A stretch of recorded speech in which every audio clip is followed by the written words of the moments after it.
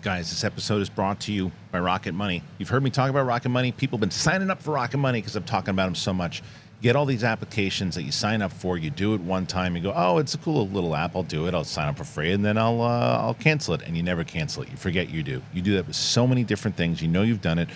Streaming, all the different things that you have, and you're getting charged for every month. Well, Rocket Money lets you know, hey, look at what you're paying for. Pay attention to it. Cancel it. Do what you need to do, organize it, and they organize everything for you. It has been such a benefit to me. It helps me. It keeps you up to date with your credit score. It keeps you up to date with money you're spending weekly. I love Rocket Money. It's a great finance app, and it really keeps you checked in. So please go and check it out. It is worth it. Sign up today, rocketmoney.com/thing. rocketmoney.com/thing.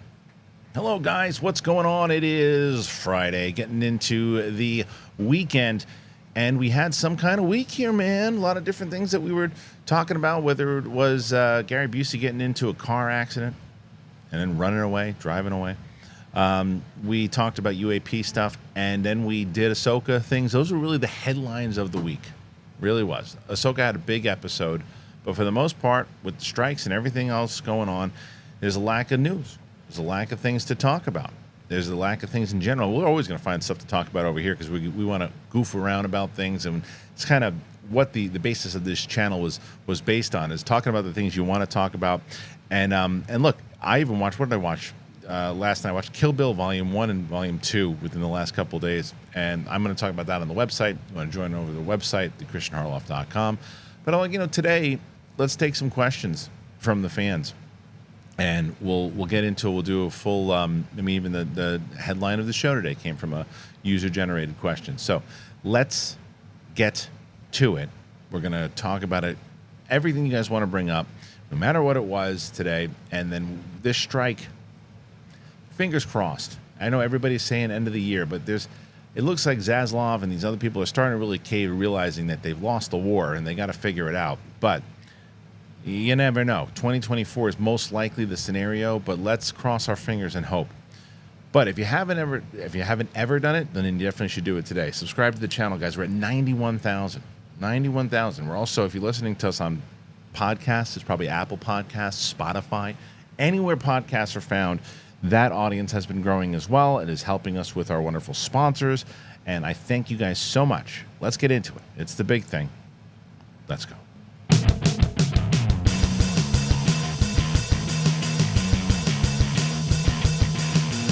What's going on, everybody? Welcome back to the big thing.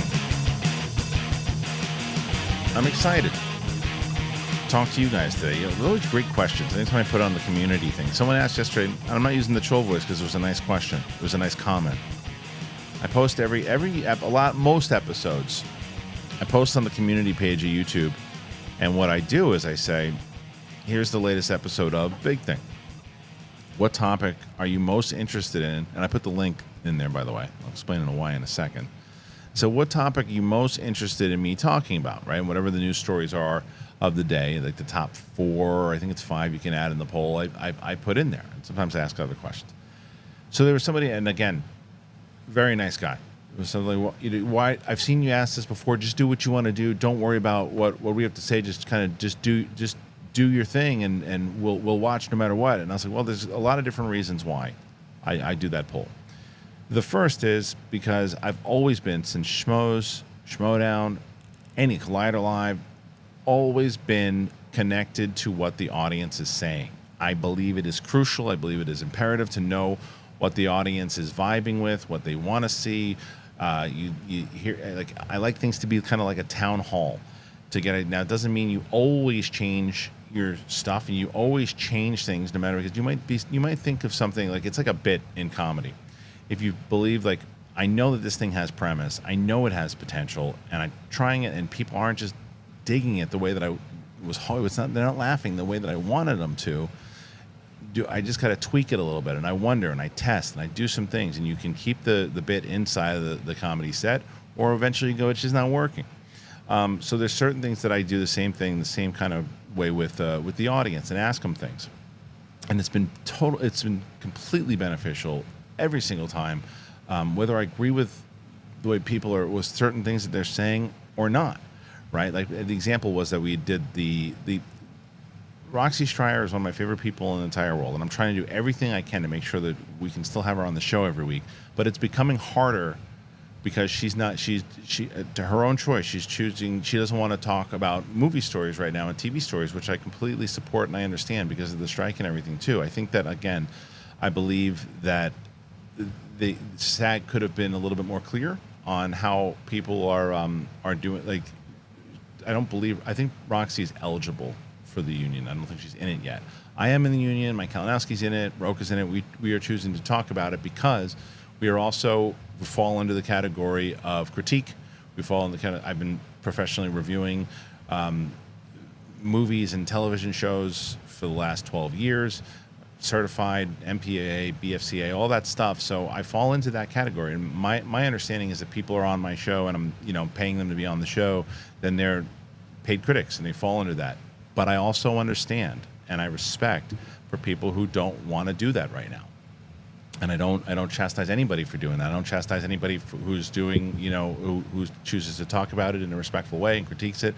I don't chastise people who decide they want to wait for the strike to be over. I think it's fair. Like Coy and Winston and Roxy and Steph, like I miss them terribly, but I understand and I support them. But it is becoming more difficult because Roxy comes on. We talk about me and Brett and Roxy have a great vibe. Like we really do. It's like I love the shows when they come on. The show that we did the other day was great. I loved it. Loved everything about it.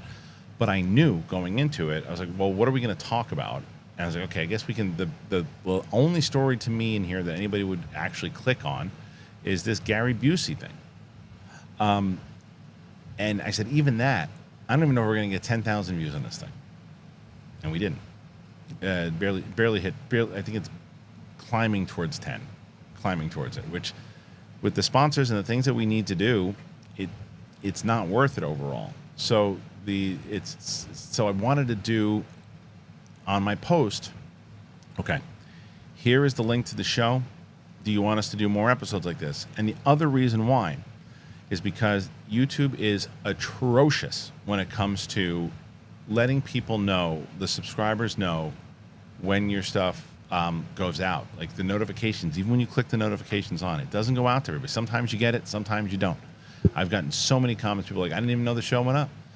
So one of the kind of ways around that is that you can post an image poll, and when you post the image poll that everyone will see, you put the link in there for YouTube and everyone will see it. So I post it in the image poll every single time, so that way there's the notification. That way you see it. Oh, okay, well, they just posted it. I didn't see the notification from YouTube, but Kristian just posted it. There it is. But even with that, barely did 10,000. Again, it's climbing. Maybe it catches on down the line. I don't know. So it's becoming tougher. But that's why I do those particular polls. But going back to what I just said, that's why I also ask for the audience's opinions and thoughts, and never will ever take something when presented in that way. I thought it was completely. It was like I said, the guy was super nice about it. Really was supportive, and it's that type of thing that is. It just also adds to the frustration of the fact that the studios are really causing an incredible amount of damage to themselves, obviously to the actors and the writers, to people outside of it. I mean, it's bad. And I saw some post, and I'm completely misquoting this. I'm not saying this is completely factual. You guys can go and check it out. I'm going to mess the numbers up for sure, but I'm just giving a little bit of some substance so you know what I'm talking about. I saw somebody that was a writer that wrote, I think initially the deal that the WGA wanted would have cost the studios overall collectively like something like $58 million. I think that was the overall how much it would have cost them. But because they fought back on it, I think that the amount of money that they're losing because of these strikes is something upward in the neighborhood of $500 million.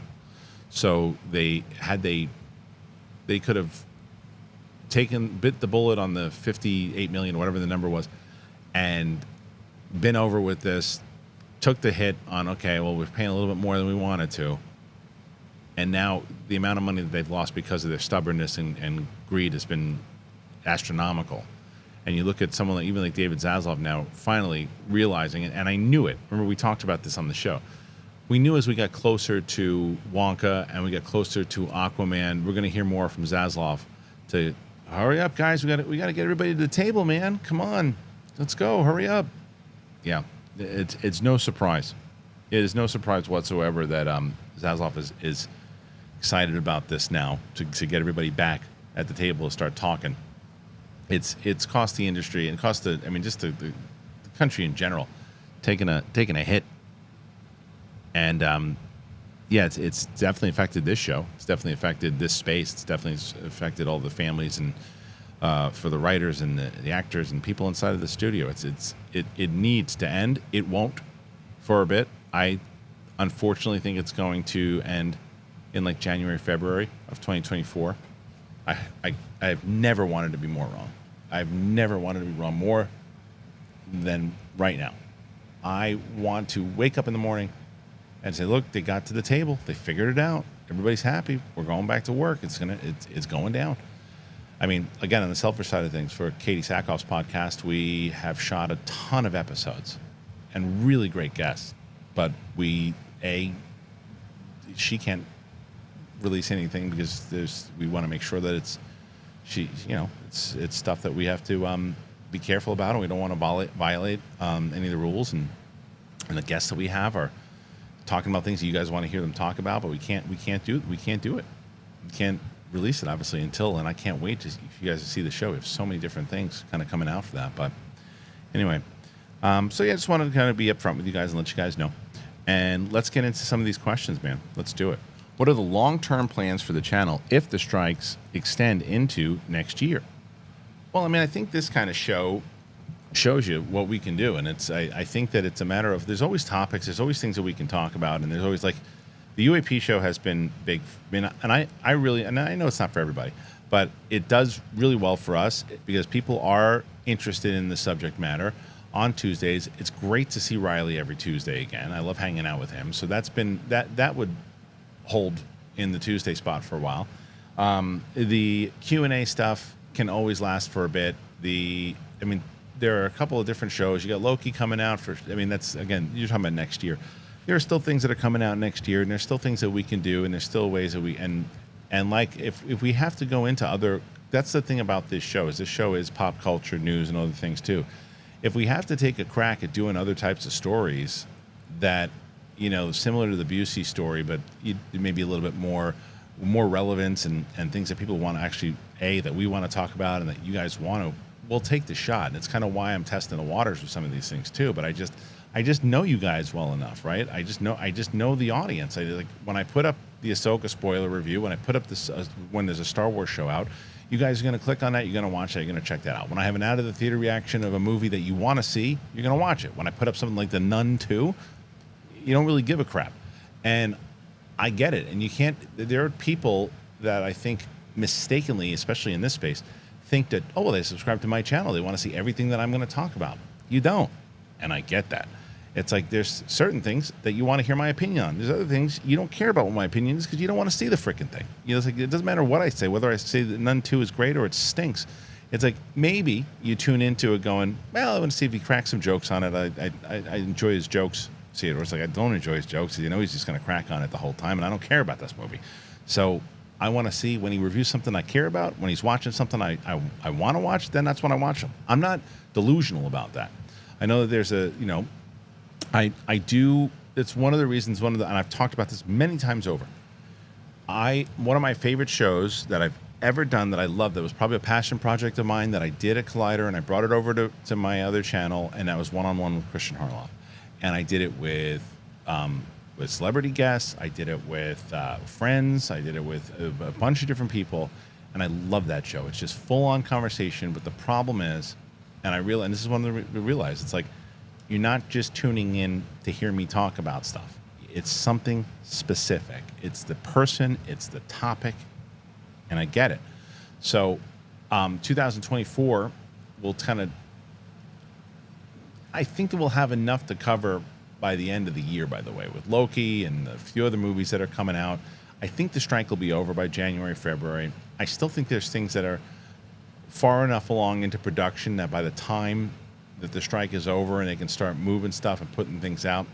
So I don't think we're going to be in that kind. It's more of the news drought stuff. That's the main thing right now. There's only so much. Like I was thinking about considering doing like a Capes and Cows thing today, and there's just not a lot of stuff in that world right now. There's not a lot of stuff. Like it's rumor, speculation pieces and things of that nature, and there's not a lot of news. But I think that will change regardless, and I think it's really the tough part of it will be like the end of this year, the remainder of the year. I think that's going to be the tough start. All right, next one. Danny Phillips, 16. Do you think Charmin Oboy-Chinoy will try to replicate the look and feel of J.J. Abrams' Star Wars films with her Rey movie? I hope so. Say what you like about J.J., but to me, he's the only director who has visually nailed the magic and wonder of Star Wars. I'm gonna push back against that, Danny, and that's okay. That's okay. I feel like when I go back and I watch those movies and I say the same thing, when I look at The Force Awakens is a fun movie, and I enjoyed it a lot when I saw it. When I go back and watch it now, it's not that I don't enjoy it, and it's not that I don't think it's a good movie. And I've said this on my rewatches. My problem with, and again, this is my personal thoughts on it. My problem is I know what comes next, and it's like a point going, they didn't know what was coming. They didn't know what was happening. They didn't know. And I always used to kind of push back against whether it was on Collider Jedi Council, these other things about the idea that it was just a replica and they just took these. They didn't take enough originality in the Force Awakens and just replicated, the Death Star and all these other things in the First Order and I was like, and I push back against it. The more and more when you see certain things like what they're doing with Ahsoka, with the lore, with other things that like fan things that they have made there was something they generated with AI images, but they talked about like the story of what Episode 7 could have been outside of just doing the same thing over again, and it did seem again where with JJ what he did, as much as he brought so much fun characters and everything too, but if you look at it, and I have always said, it does seem like a $250-300 million fan film. Well, everything Star Wars after Star Wars is fan film, and I requote the same quote that I've quoted 1 billion times over. The reason why Mandalorian Season 1, Mandalorian Season 2, for a lot of people, Ahsoka, feel classic kind of Star Wars is because it's paying homage to the stuff that inspired Star Wars as opposed to just trying to be Star Wars. I felt that The Force Awakens specifically was trying to be Star Wars, of what JJ thought Star Wars was. And it wasn't the stuff that inspired. And I do think there was stuff inside of The Last Jedi, as much as I don't like that movie. Well, you said you liked it the first time. Oh, you don't, no, you don't? No, you don't? No, it's okay to watch things the first time and go, hey, maybe. The first time I saw it in the theater, actually, I didn't tweet about it. And people were like, why aren't you tweeting about it? And I saw the next day, definitely drank the Kool-Aid on it. And to this day say, and this is what I will always push back against someone that says it's not a well-made film. It's a very well-made film. Probably one of the best made films out of all of the Star Wars made films. But it gets significantly worse for me. However, there are things inside of it that he was doing his own thing, Rian Johnson, and inspiring stuff that inspired Star Wars for sure. Just to me, just felt like a completely different movie, and I don't love it. But the tone, complete shift from the JJ one, and then the third JJ was, it's messy. So no, I don't think. I kind of hope that they don't. I hope that they make it look completely different. I loved the rumor about Damon Lindelof bringing in an old Rey, and people push back on me on that one. They're like, well, no, because the reason why we want to continue the story of Rey and see how she is. Yeah, but you still have to. This is almost like a fourth movie, as you just kind of stated it, right? It's like by putting that type of tone and connecting it for only 15 years later, it's essentially the fourth movie in the in that franchise of the new trilogy. If you make it when Rey is 65, 70 years old, it's a new movie. It's a new franchise. It's a new chapter. It's a new era. And that's why it allows you to just kind of start over. I love Daisy Ridley. I like Rey. I really do. I hope the tone is different. I hope it feels, I know the chance of this is slim to none, as I say all the time. I hope it feels like a more like independent film. But we'll see. All right, before I get to the next question, I want to warn people that if you haven't seen Ahsoka, the last episode, that you should skip this question. And I'll put it in the time code when to do so, because this next question is a spoiler from the last episode. So you've been warned. Okay, that being said, here we go. The Mandalorian 1570. Do you guys think that Anakin could be the son from Mortis in the end of that episode because of the Vader music?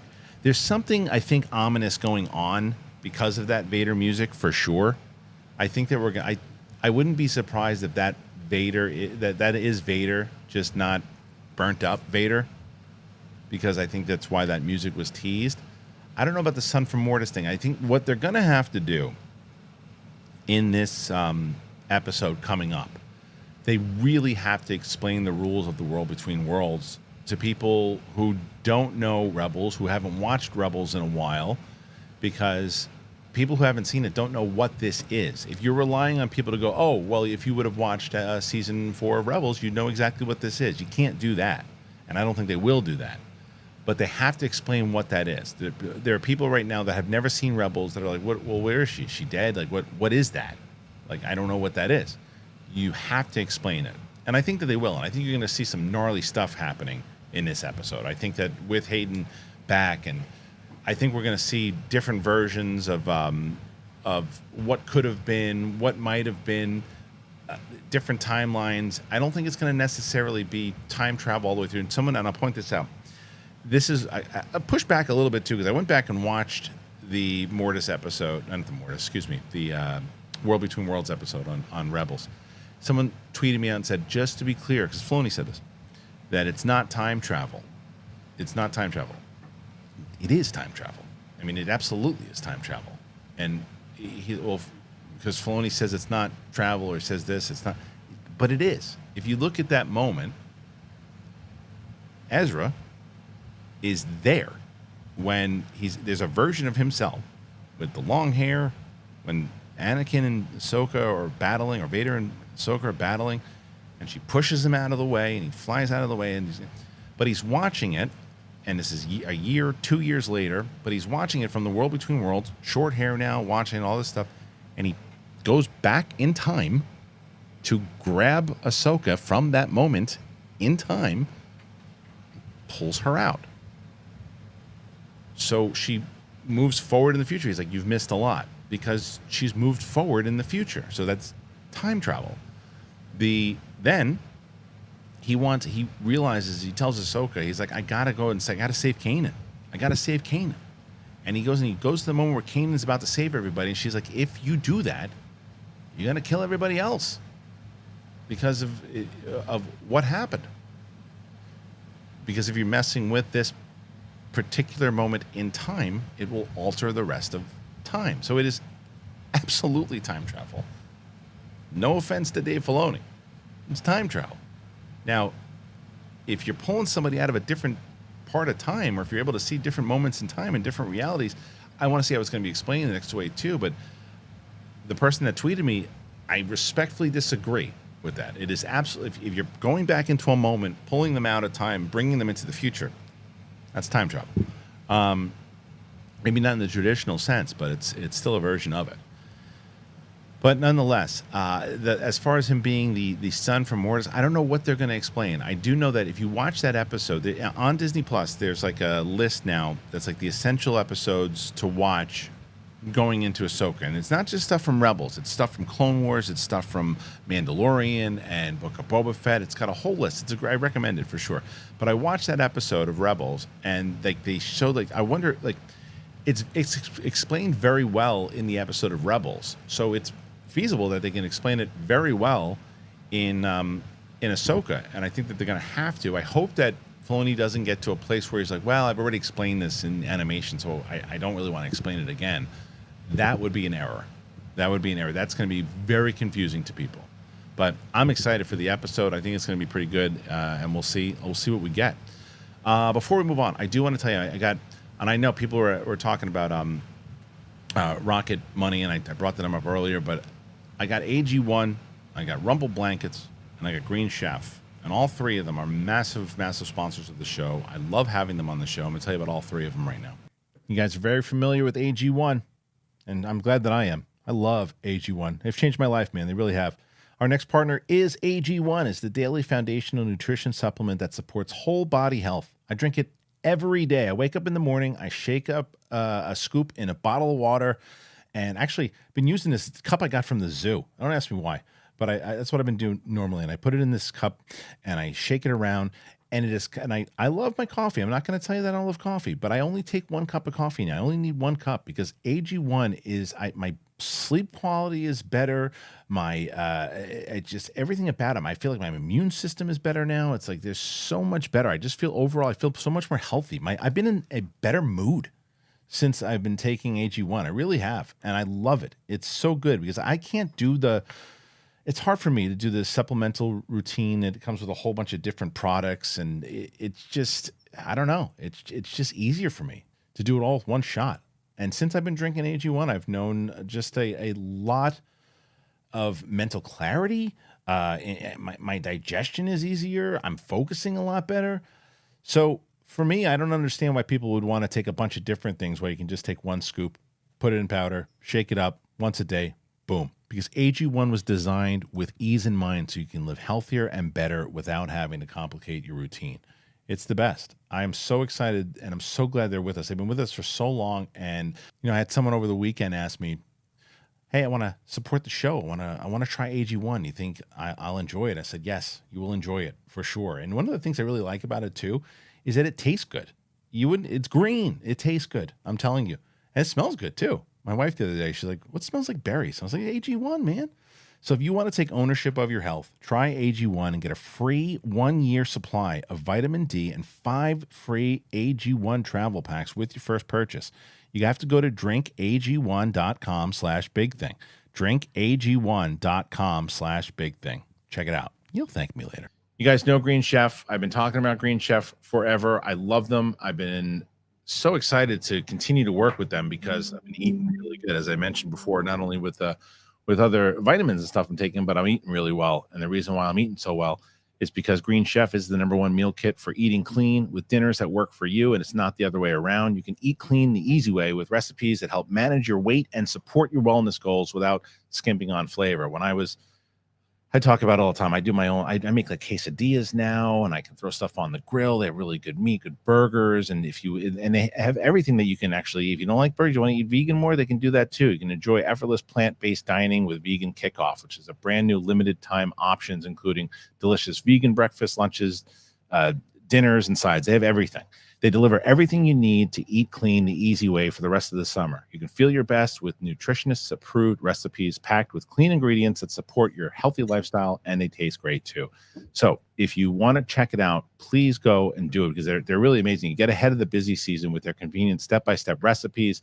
They have dinners that are ready in like 25 minutes or less. I'm telling you, it was so easy for me, and I'm an imbecile when it comes to cooking. And it was so great. I mean, I love them. If you go to greenchef.com/60thing, greenchef.com/60thing, and use that code 60thing, you'll get 60% off plus free shipping. It is worth the shot. Go and give it a whirl, as the world girls would say. I told you, RUMPL's the best. I keep getting DMs, and I keep getting people who have been letting me know that they've gotten RUMPL because of this show, and I'm so glad. I'm so glad we're spreading the word. I really am. RUMPL's great. And they're on a mission to introduce the world to better blankets. And they're doing it. Durable, sustainable, and they're built to last. They recycle over 5 million plastic water bottles a year. They're B Corp certified, climate neutral, and they donate 1% of all their sales to environmental causes. I love RUMPL, and I've told you guys many times over, whether you're going to be at a picnic or you're going to go camping or you're just going to snuggle on a couch, they have all types of blankets. It's amazing. They have the original puffy blanket, which is their #1 bestseller. They have over 1 million sold. They have 135 unique designs, and there's a blanket for everyone. People are always looking for some new blankets, and sometimes when you buy blankets, they don't last very long. They're not durable. These things last, and they last for a while. They're amazing. They're not just for the outdoors, as I mentioned. Really good for just snuggling up, watching a movie. I do it all the time. For listeners, go to rumple.com/thebigthing and use that code, thebigthing, at checkout. Get 10% off your first order. rumple.com/thebigthing, code thebigthing. All right, guys, thank you so much for... someone tweeted me out this morning and said their wife was recovering from her surgery, and so they used the code for Green Chef to cook meals and have meals for his wife, and I was so glad to see that too. So again, benefiting and helping them out, and also in you are helping out the show in order to do that as well too. So thank you for doing that. And if you're able to, so many people have been reaching out and been trying the codes too. So, and they've said, and I always get nervous too, because I as you guys know, and I tell you about it, people had said to me, like, look, it actually really helps me when you let me know that this helps the show, because I tried something out, and someone's like, I tried AG1 out, and I wasn't going to. I didn't even think about it, but I wanted to help the show, and now I can't. I love AG1. I use them all the time. So those are my best comments. Those are my favorite comments. So when you do that, I always link the description. All the sponsors are in the description. All the sponsors are the first comment pinned. So if you have the means to, and you're able to, and you help this show out by doing that, please do, and thank you so much. All right, let's get to the next question. AJ11NK, what are the things that you've learned in each of your jobs? Warner Brothers, Schmoes, Collider, Schmodown, and then going independent. I mean, I guess I learned a lot of this stuff. You know, if you're going back into that time with Warner Brothers, even working at The Bachelor, and watching interviews and there's things called ITMs, which is called in the moments, when you're talking to people and you're having conversations. I use that whether I'm talking to somebody in an interview, if I'm sitting across from Diego Luna, and it's a matter of listening to people, those types of things. If I am, it was Schmodown, I used to use that stuff all the time. If I needed, when we were doing promos and I wanted to get a particular moment out of somebody and talking to them in a particular way, that was beneficial. The stuff is, I've met so many different people through Warner Brothers that have helped my career in general, and built like long-lasting friendships. I mean, hell, look at Naveed and Katie. I met both of them while working at Warner Brothers, right? But I've learned a lot about the business, and I think a lot of the stuff that I talk about, and when I can actually talk about development and the way that things work in general with the business and watching. I mean, that was a crash course working at Warner Brothers, because I worked, and I've talked about this when it comes to what people don't realize is most production companies, whatever it may be, most production companies, if they're lucky, they get one movie going in a year, or maybe they get one movie every 2 years, and that's what they really put their focus. And when I was working at Silver Pictures, Joel Silver had Silver Pictures and Dark Castle running at the same time. Plus I didn't work on these movies, but they plus had the direct-to-DVD movies that they were working on too. But it was Dark Castle and it was Silver Pictures, and I worked for both executives at that company at the same time, and it was overwhelming. I was young, but it was overwhelming. They were putting out 3 to 4 movies a year, 3 to 4 a year, which was nuts. Plus developing stuff all the time, reading scripts. But I learned such a crash course in the way, and because we dealt with interaction with the studios and how we dealt with writers and writer meetings and setting things up with how it worked with the execs and how. And I sat at Greg Silverman's desk, who ran Warner Brothers for a while, and I learned a lot there. So I learned. I mean, working at Warner Brothers was a crash course into the business, and I worked there. I think it was actually 2014 until like the end of 7. So it was like a little over 3 or 4 years, including the stuff that I was doing afterwards when I was temping after I left too, because I wanted to go on to do other things. But as far as schmoes, like same thing, podcasting. I listened to one of our episodes that we did with Mark, and I always, like, traditional radio was something that Mark Ellis and I always loved and always wanted to do. And like the podcast element, when they started doing long form, we were one of the, if not the first kind of people. I remember taking meetings with people going, why are you guys doing long form on YouTube? Nobody's going to watch that. I had somebody say that to me. No one's going to watch that. I was like, I don't think that's true. And then that person actually started doing a long form show and did pretty well with it. And it just, we just wanted to take shots at doing this thing, and I think that's one of the things I learned, to answer your question, is that to take those shots, to believe in what you got, believe in and surround yourself with good people, right? So, and I think that it's just a matter of like interviews that we did. I learned I remember trying to book people as we were building up Schmoes, and we were getting people, and thank God, like people like Maria Menounos, and we were starting to get pitched people as the show started to go, and we were on Toad Hop, and then it just, once we moved it to like Maria Menounos' studio, we started getting more guests there. So yeah, I mean, there's so many different things as far as Collider went. It's learning the same way that I learned the business of the studio business when I was working at Warner Brothers, the online movie space and everything too. Learned at Collider the way it all worked, and this is not a shot at Collider. It just made me realize I didn't want to do that. So a lot of people, I think I've talked about this. So here's kind of, maybe I haven't talked about this. I don't know. So how that all kind of came to be with how Mark Ellis and I, we ran Schmoes, we were doing Schmoes, we were doing really well on our channel, and I was my wife had my first daughter was, I'm trying to think how old she was. She was probably around 2 or 3 years old when I stopped working at The Bachelor, which was my full-time job for like 5.5 years. And I worked on Schmoes, and I did all that stuff. And I worked, and you couldn't monetize YouTube and all those things, and podcast sponsorships and all that was not what it was, and the way you're able to do it now today. It wasn't like that, even though we had at the time, a significant amount of subscribers as we were building it up. But they had told me a couple different times. I just talked to my old boss at Bachelor recently. He was the nicest guy in the world. His name's Jeff, and he was the best. And they kept trying to promote me at Bachelor. They wanted to send me on the road. They wanted to send me this. They kept trying to promote me. And Jeff's like, "Okay, here's what we want you to do. We want you to do this now, and then we're going to give you this title." I was like, "No, I like what I'm doing in the office, and I'll stay in the post-production side of it, and I'll just keep doing that." And I did that every season because I worked as hard as I could there, but I was also working on Schmoes and building up Schmoes. And then eventually Jeff's like, "Look, I can't keep offering you promotions to where you're saying no when there's other people who could take the promotions. So if you don't want the promotion, then we got to say this is the last season." And I said, "It makes sense. I can't take the promotion." And that was it. So I left. So I was like on unemployment, and I wasn't doing any, and that's not true. I was running Schmoes, but I was not, I had my oldest, well, at the time she was 2 or 3 years old, my wife, and we had this apartment, and I'm like, I have to find it. I got to find a gig here. I got to find something to do, and I got to go all in on Schmoes, So Amy Rose, who was a contributor at AMC with John Campion, and she called me, and I called her actually. I saw that they had a posting for a contributor on AMC Movie Talk. And I said, "Hey, I'd like to try to take a crack at this." And she's like, "Well, we're just wondering, myself and John, like, would you want to do this considering you have the Schmoes channel too?" I was like, "Yeah, I would love to.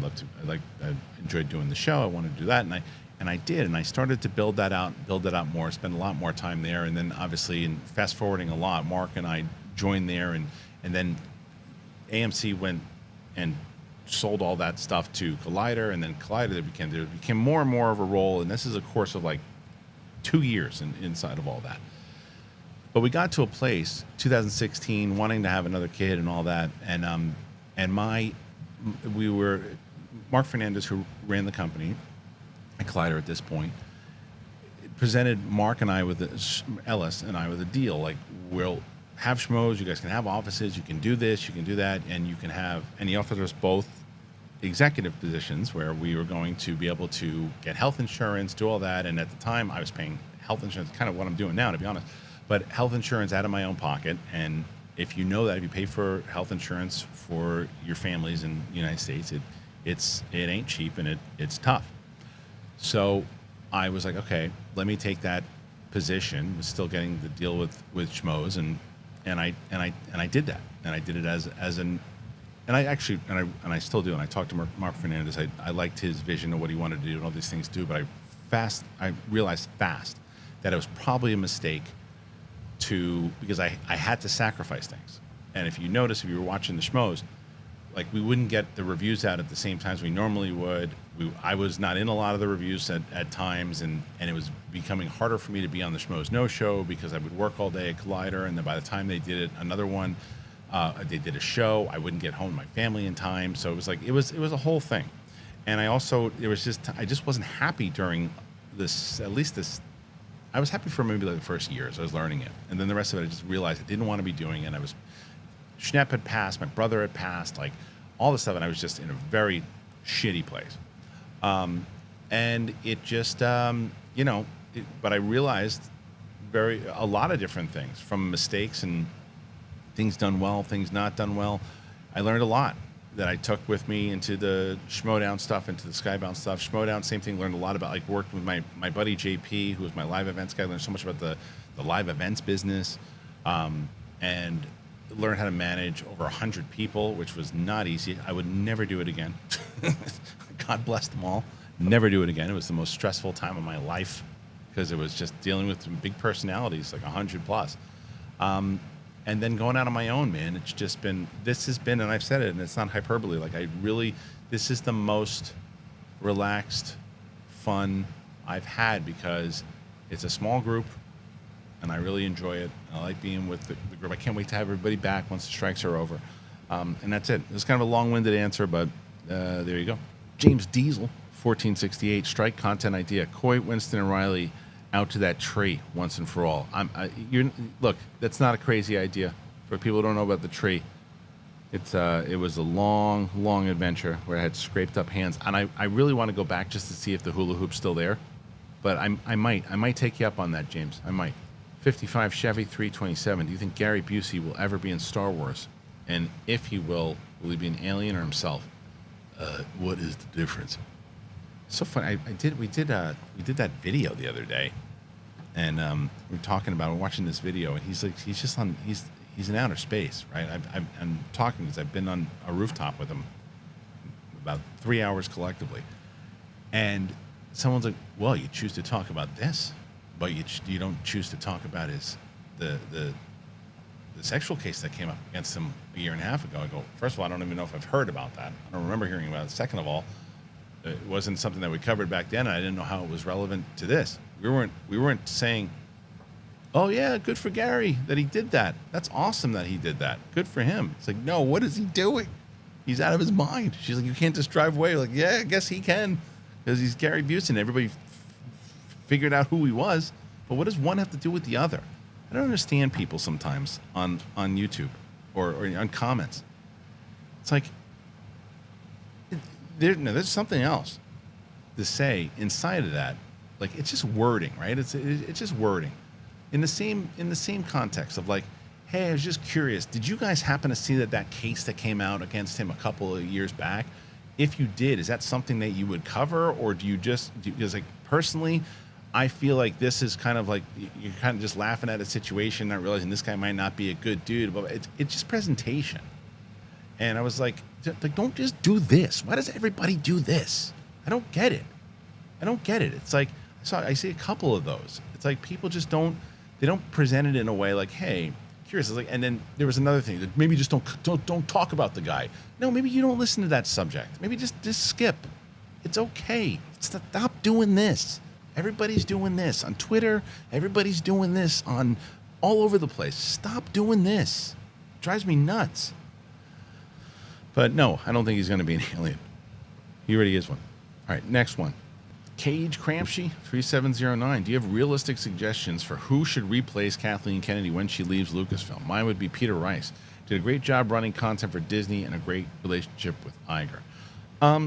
This is such a cliche. Well, first of all, the answer to that question is yes, I do. I have an idea, but I don't want to say the person's name because, first of all, you wouldn't know who it is.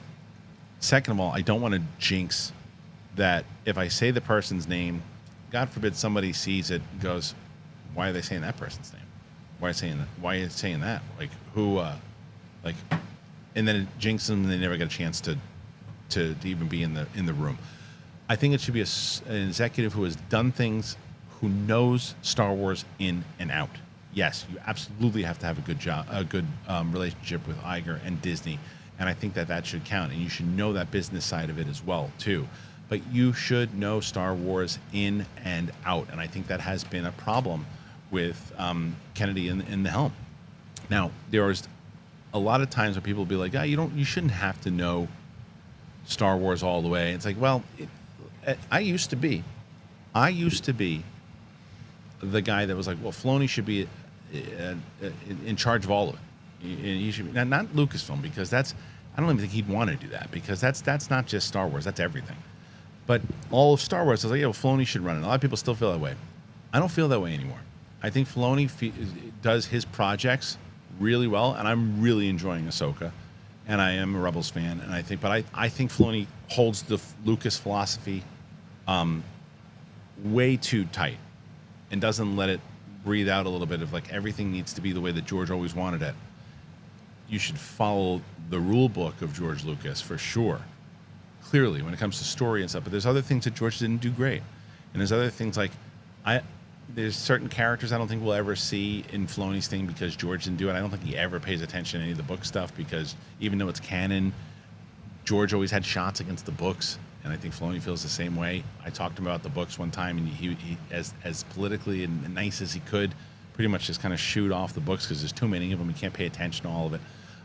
So the books and comics to me are not canon. They're canon until it's inconvenient for them to be canon. And then, like, I wouldn't be surprised if I've never heard him say anything about Andor. I've heard him talk about everything else too.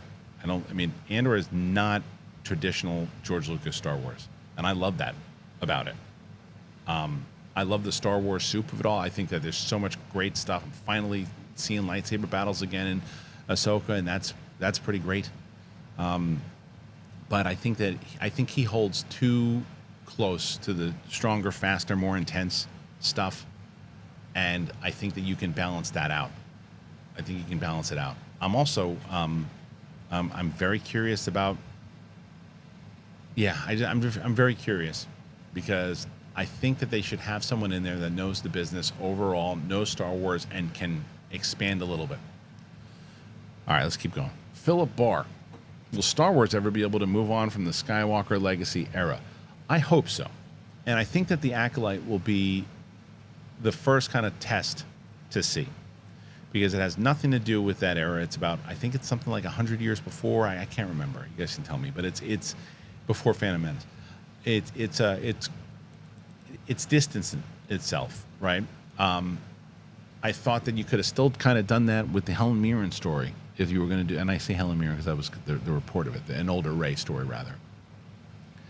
But I do think that I am pretty much convinced, and it breaks my heart to say it, I don't think the Old Republic, even though they've said the Old Republic is a part of the timeline, we ain't seen a Knights of the Old Republic movie or TV show.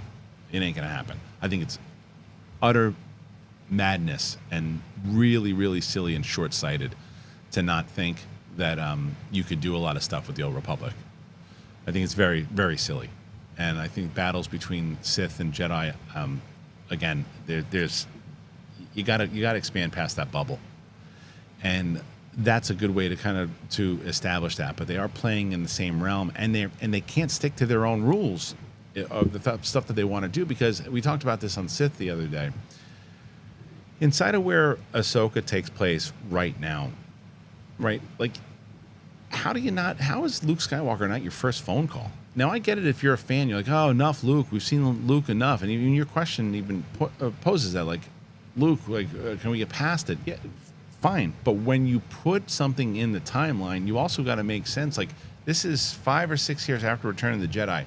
This is the guy that killed Darth Vader. This is the guy that blew up, was responsible and helped in the destruction of 2 Death Stars blowing up. He escaped the blowing up Death Star. He's the last known kind of Jedi out there that was, he's a legend.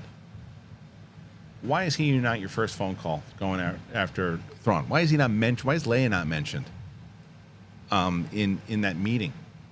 Like, you got to mention them. I get it. You want to the people, they don't want us to talk about the Skywalkers. You have to when it comes to that time period. So you move past that stuff when you put it in a different time period. And it was one of the things that I think that when you start to make things outside past episode 9, you can explore with more. Because most of them are dead. Even though it's Rey Skywalker, it's still connected to it. But you fast forward, they can get away with it. I think eventually they will, but it's going to be a while. Emo Cat Dad. Is DC just going to put Aquaman 2 out knowing it'll likely lose money anyway, given recent DC films where they push it to try to get Momoa to bring some extra money in when he can do press? Look, this is a great question, and it's a question that we've talked about here on this show. Here's the overall issue. The movie's been pushed back like 2 or 3 times already. It's gone through 4 reshoots already. Now, again, a lot of times people go, there's always reshoots. Usually like 1 or 2 rounds. 4 rounds is unusual. But they went through reshoots. They have all these different things. It's supposed to come out in December. If they push it, which your question makes sense. Let's say they push it until, I don't know, March or even summertime to try to, they'd probably push it to, I would say, March. Which March is already very crowded. So let's say they push it to March. Then you have now about a year, little over a year, between Aquaman and then the new Superman coming out, because the new Superman is supposed to come out now. Because of the strikes, and because of that date, Superman will probably push. So it is possible. I think that's what they're hoping for, right? They're hoping you can get the movie out within about a year after it's shot, but I don't know. Most likely, they'll push the Superman one. But let's say they don't. Let's say it hits that May date. That's only about a little over a year to get those 2 movies out and separate yourself from the DCEU completely into this new thing. If you put it out in December, it's almost 2 years, a year and a half, a little over a year and a half. And that's if they push it to. They push Aquaman, they'd probably push it into the summer. If they pushed it again to December of 2024, then you're so close.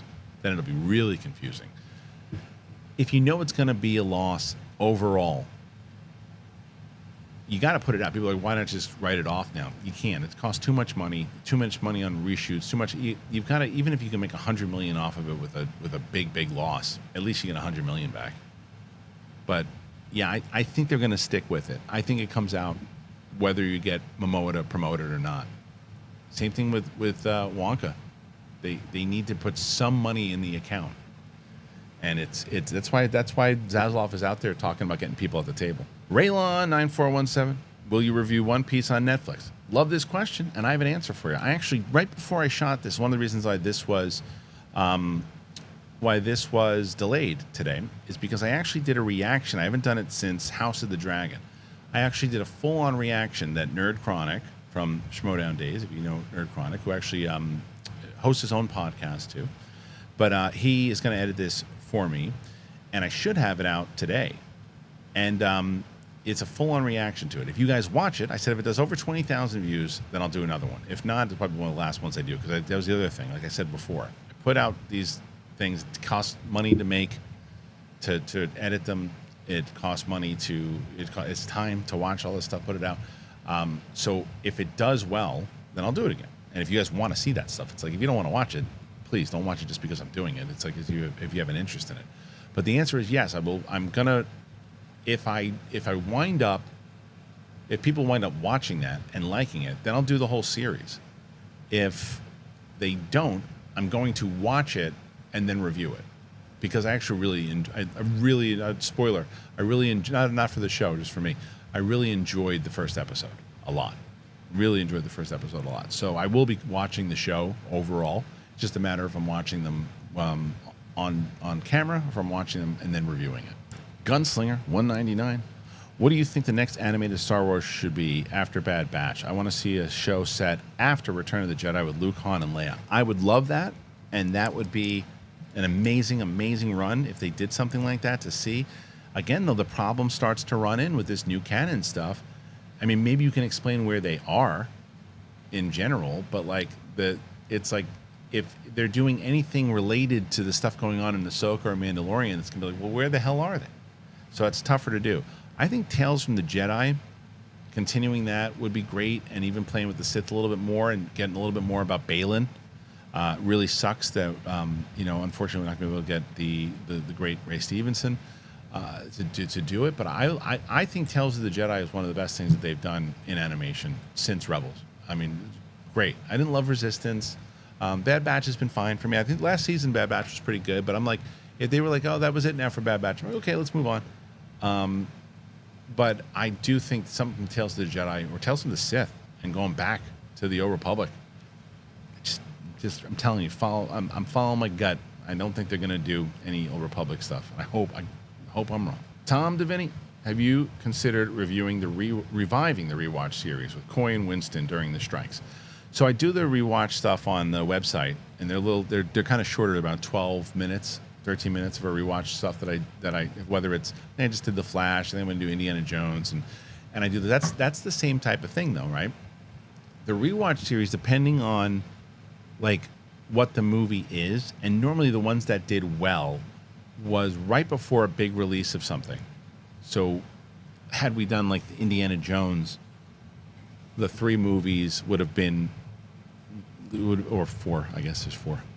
Those would have been leading up to the 5th one. We would have done those 4 weeks beforehand leading into it. That's the way we used to do it when we did the series. The problem was that if you guys didn't see the movie or you didn't care about it, it really hurt the channel. Like we did Toy Story one time and just ate it.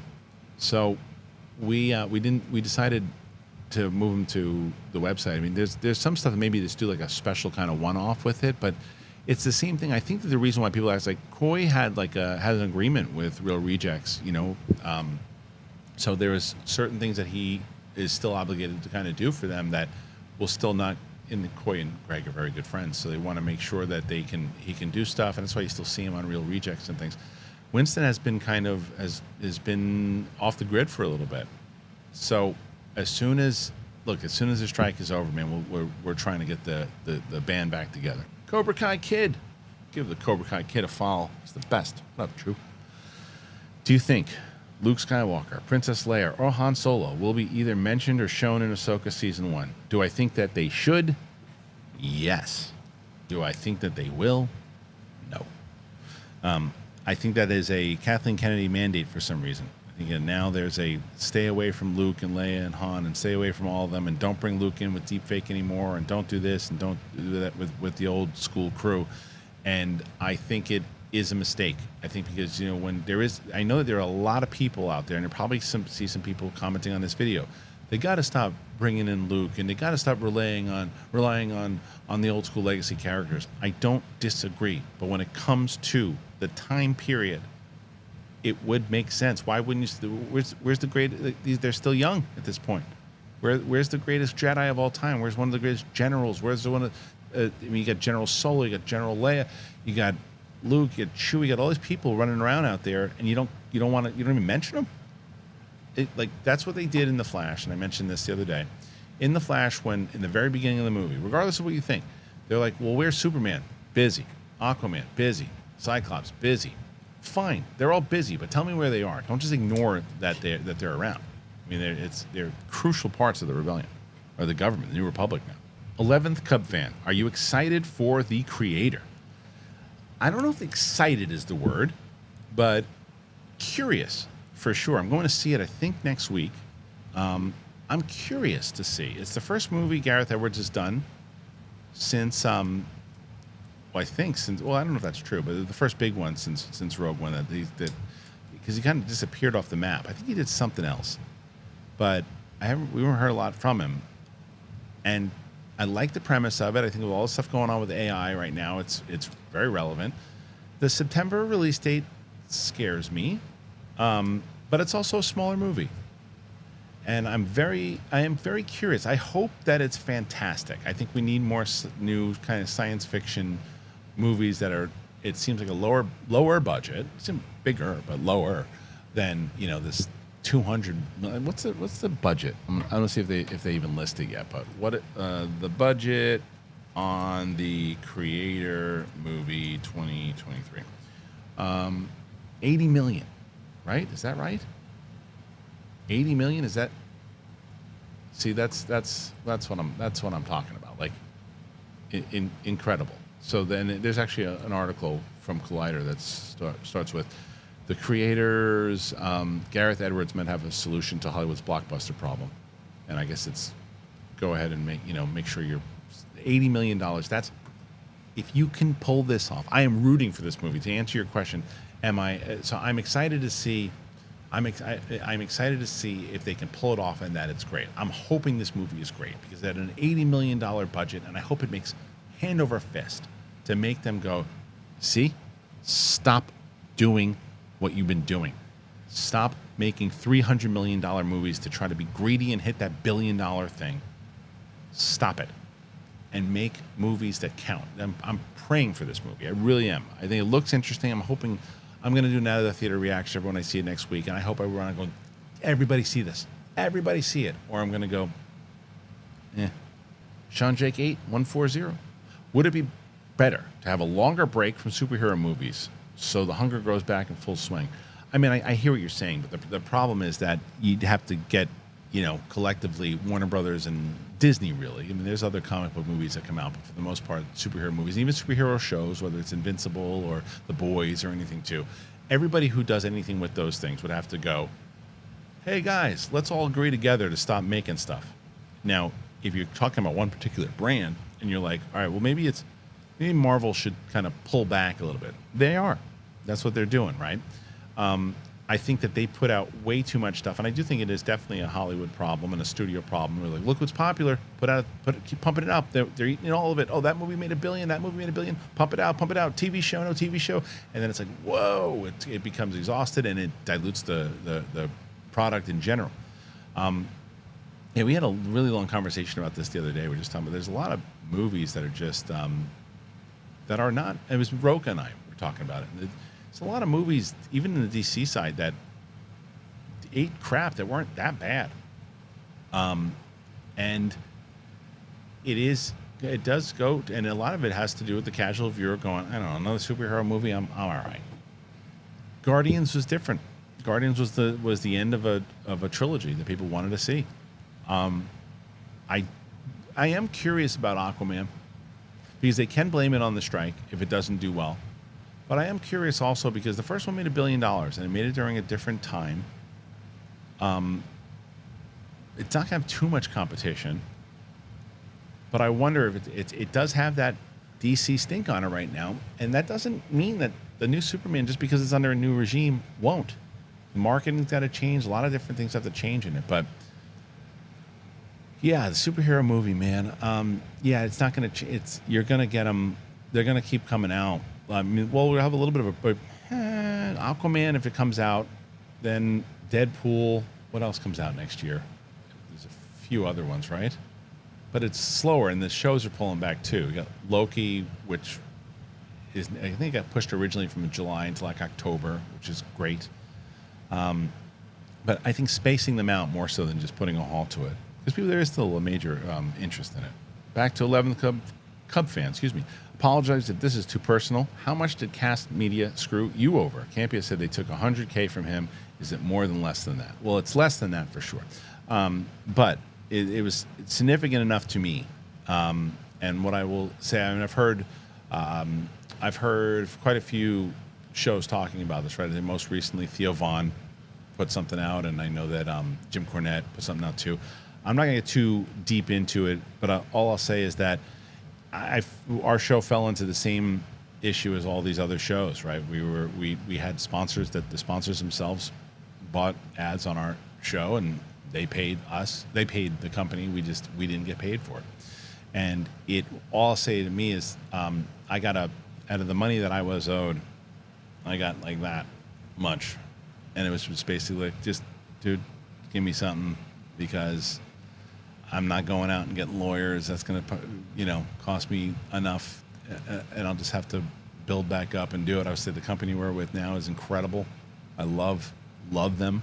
That's why I tell you guys, like, these sponsors that you see, they get the right sponsors. They get people that we really, really enjoy. We really like working with, people that we had while we were with Kast that we wanted to keep working with. So that's what helps us when you support the show. and I will tell you this, that our new ad agency does absolutely pay us for these sponsors, and we're able to continue doing these shows because of it. But it really was a major setback. It was a major setback. So people have been asking about the Schmodown channel. I haven't been able to, because Frankie Janish would upload them every day. We got hit in the budget, and it was one of the things I had to cut. When we get back on track, then I will put that back up. And there's other things that I just had to take a hit with because they screwed us over tremendously. And like I said, I was in good shape kind of moving forward because I was going out on my own. I was doing all these things, and it's one of the things that I rely on. So it set me back about 4.5, 5 months. It set me back about 4.5, 5 months, and we're not even close to kind of caught up yet. So that's why I don't bullshit you when I tell you, if you have the means to support the channel, then that's why those links in the sponsors are very, very helpful. But again, if you don't, a like and a comment will suffice. Okay, let's go 2 more. Simus92. A while back, you said you were more focused on YouTube. As primarily podcast listener, is YouTube still your focus? Still hoping for an ad-free premium podcast feed? I do have podcast feeds, and I do. So I think that there is a way on Spotify to get ad-free. I think so. But if you're talking about like the ads that I run, I mean that's, again, like I just mentioned, man. That's how between AdSense on YouTube and sponsors, that's how we're able to do this like full time. It's being able to be lucky enough to find sponsors that we like. So if you're listening to it on Spotify and you're worried that I'm talking about RUMPL blankets, I'm sorry, brother, but that's how we're going to make this thing work. Now, if you're talking about built-in pre-rolls and mid-rolls and things like that, as far as the audio side on Spotify, and I think that there's an option on Spotify to do ad-free, I think, but I'm not sure which one you meant for sure. But I've never really said that it's just YouTube. I mean, YouTube, only what I've said is the majority of our listens and views, like if we do 10 to 25,000 views on this episode, combined with the 5 to 10 we'll do on audio, then that's collectively now, whatever that math, 35, 40 on the episode collectively. So YouTube is just our major one that brings in the majority, if that makes sense. But no, I love podcasts in general. So I would love, not prefer, I would love for more people to listen to us on Spotify. I would love for more people to listen to us on Apple, and more people are. Our numbers have gone up from what we were doing. But yeah, it's right now YouTube is just, that's what a lot of people just know me from. But I think I addressed your question. I'm not quite sure. But yeah, if it's as far as the Spotify stuff goes, if you're listening to Spotify or an Apple and you're like, well, but I don't really want the ads that our sponsors that we had today, RUMPL and Rocket Money and AG1 and Green Chef. Like if you're worried about those, that's where unfortunately, that's what it is. And try one, man. They're awesome. All right, last one. Catherine Farrell 6678. Any excitement for Saw X at the end of September? I thought Spiral with Chris Rock was super underwhelming. Curious if you watched it and what your thoughts were. Appreciate everything you and Brett are doing. Thank you, Kristian. Thank you, Catherine. It's very kind of you, and I appreciate the kind words. So here's something crazy. And I think I've mentioned this before, but I probably haven't talked about it in a bit. I have never seen one Saw film. Not one. I've never seen the first one, the James Wan one. I've never seen one of them. The first one I probably ever will see will be Saw X. I think there's a screening for it that I don't know why, but in my head I'm like, I'm gonna go check that out. I want to see it. And people are gonna go, why don't you watch the first one first? I don't know if I can do that. Maybe I do a rewatch of it. Maybe I do a first time thing for the website. I'm not sure. So I have not seen the one with Chris Rock because I haven't seen any of them. So I might see Saw X. I'm so bummed. Someone said to me the other day, how come you didn't review The Equalizer? I had a doctor appointment on the Tuesday, the next day. Everything's good, but it was a pretty lengthy thing that I had to do for the majority of the day. So I had to do all this stuff in prep for it. So I thought I was going to be able to get to the screening of Equalizer 2 that night. My wife was like, are you crazy? You're going to go to a screening when you have to do this in preparation for this? So I didn't go. And this is what I've tried to tell people. Like, I really enjoyed the first and second one. This is what I try to tell people when they were asking me about the freaking the Sound of Freedom or whatever. That's like, when I miss a screening, you have to understand, it is very hard for me. I don't see movies casually often unless I am taking, like, my kids to see something, right? It is very hard for me to do with work and family and all that stuff too. And I've made this so clear. If I miss a screening of something, I usually don't see it until it hits streaming. And this is for, like, Equalizer being an example of a movie I really wanted to see. I really wanted to see the third one. And I'll try to, and I've been telling myself, I'll try to get out to the theater to try to see it. And then I went and I saw The Nun 2 before I saw Equalizer. And I was not happy about that. But I'm like, if I'm going to the movies, if I missed the screening for both of them and I was able to get to the screening, to the theater to see something, I would go see Equalizer. But I went to the screening because it is more convenient for me to finish up a day of work, head to the theater with a screening, and then that's it, because it's part of the work day. Not everybody understands that. Not everybody gets it, but that's how it is. So if I miss the screening, I miss the screening. But Saw X, if I get the screening, I might see it. Anyway, that was the show. It's kind of lengthy, but nonetheless, thank you guys so much for joining me here today on the show. I appreciate all of the questions. Very kind of you to send in. And if you have any other questions, please do. Anything that I've talked about, please comment. As I mentioned earlier, within the comments and everything else too, if you have the means to and you're able to support the show, please consider one of our sponsors. And that's it. I appreciate you. We'll see you on the flip side. This is the big thing. Hit that button, man. Subscribe. All right. See you later. Bye.